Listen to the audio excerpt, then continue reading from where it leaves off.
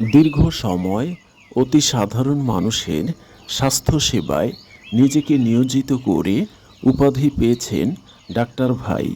সেই চিরকুমার ডাক্তার ভাইয়ের কথা নিশ্চয়ই আমাদের মনে আছে, যিনি সচ্ছল সম্ভ্রান্ত পরিবারে জন্মগ্রহণ করে চিকিৎসাবিদ্যায় বেশ কয়েকটি দেশের বেশ কয়েকটি উচ্চতর ডিগ্রি নিয়ে সুদূর নিউজিল্যান্ড থেকে আমাদের বাংলাদেশের টাঙ্গাইল জেলার ঐতিহ্যের মধুপুর উপজেলার গহীন অরণ্যের গভীর পল্লী কাইলাকুড়ি এলাকায় অতি সাধারণ দরিদ্র হতদরিদ্র গরিব মানুষের স্বাস্থ্যসেবায় গড়ে তুলেছেন গরিবের হাসপাতাল doctor Becker organization for wellbeing Kailakuri health care project বা স্বাস্থ্য পরিচর্যা প্রকল্প।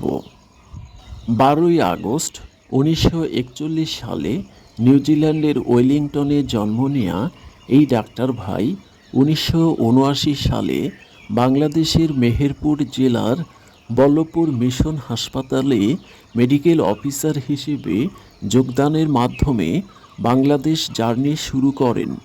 এরপরে 1981 সালে টাঙ্গাইলের মির্জাপুরের কুমুদিনী হাসপাতাল, সেখান থেকে 1983 থেকে 2004 টানা 22 বছর মেডিকেল অফিসার ইনচার্জ থানারভাইট clinic church of Bangladesh Madhupur টাঙ্গাইলে নিযুক্ত ছিলেন।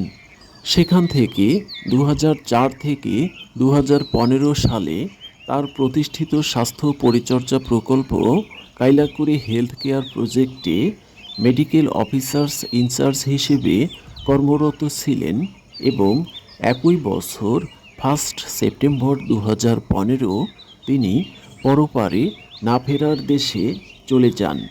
তিনি যে মাটির ঘরখানাটিতে অবস্থান করতেন সেটিরই ব্যাক সাইডে বারান্দায় তাকে সমাহিত করা হয়েছে। 3 দশকেরও বেশি সময় নিয়ে এই অঞ্চলে স্বাস্থ্যসেবা দিয়ে যখন এই ডাক্তার ভাই এড্রিক সার্জিসন বেকার বার্ধক্য ও দুরারোগ্যে ভুগছিলেন, তখন তার সহযোগীরা শুভাকাঙ্ক্ষীগণ দেশ বিদেশে ভালো কোনো হাসপাতালে নেয়ার আপ্রাণ চেষ্টা করছিলেন উন্নত চিকিৎসা দেবার জন্য। কিন্তু তিনি এখানেই তার শেষ অন্তিম সময় অতিবাহিত করবেন মর্মে অনড় ছিলেন। 74 বছর বয়সে পরপারে চলে যাবার আগে তার সহযোগী শুভাকাঙ্ক্ষী এবং গণমাধ্যম কর্মীদের নিকটে আকুতি রেখে গিয়েছিলেন যে দেশ বিদেশে প্রতি বছর কত হাজারো ছেলেমেয়েরা চিকিৎসাবিদ্যায় ডিগ্রি ও উচ্চতর ডিগ্রি নিয়ে পেশায় নিয়োজিত হন। সেখান থেকে অন্তত একজন ডাক্তার যেন তার প্রতিষ্ঠানের হাল ধরেন এবং এই অঞ্চলের অতি সাধারণ মানুষের স্বাস্থ্যসেবায় নিজেকে নিয়োজিত করেন, সাথে প্রজন্ম যেন অনুকরণ করেন।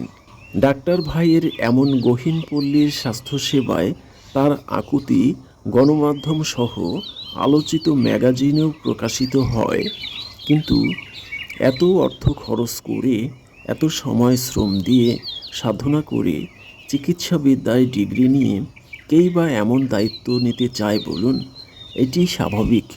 অস্বাভাবিক হলো ডাক্তার ভাইয়ের চির চলে যাবার 4 বছর পরে বিষয়টি হৃদয়ে অনুধাবন করে 2019 সালে সুদূর আমেরিকা থেকে আরেক মানবতাবাদী ডাক্তার দম্পতি জেসিন এবং মেরিন্ডি এবং তাদের ত্রিপলেট বা ত্রয়ী সন্তান সহ চলে আসেন ডাক্তার ভাইয়ের হাসপাতাল পরিচালনা ও মানব সেবা দেবার জন্য।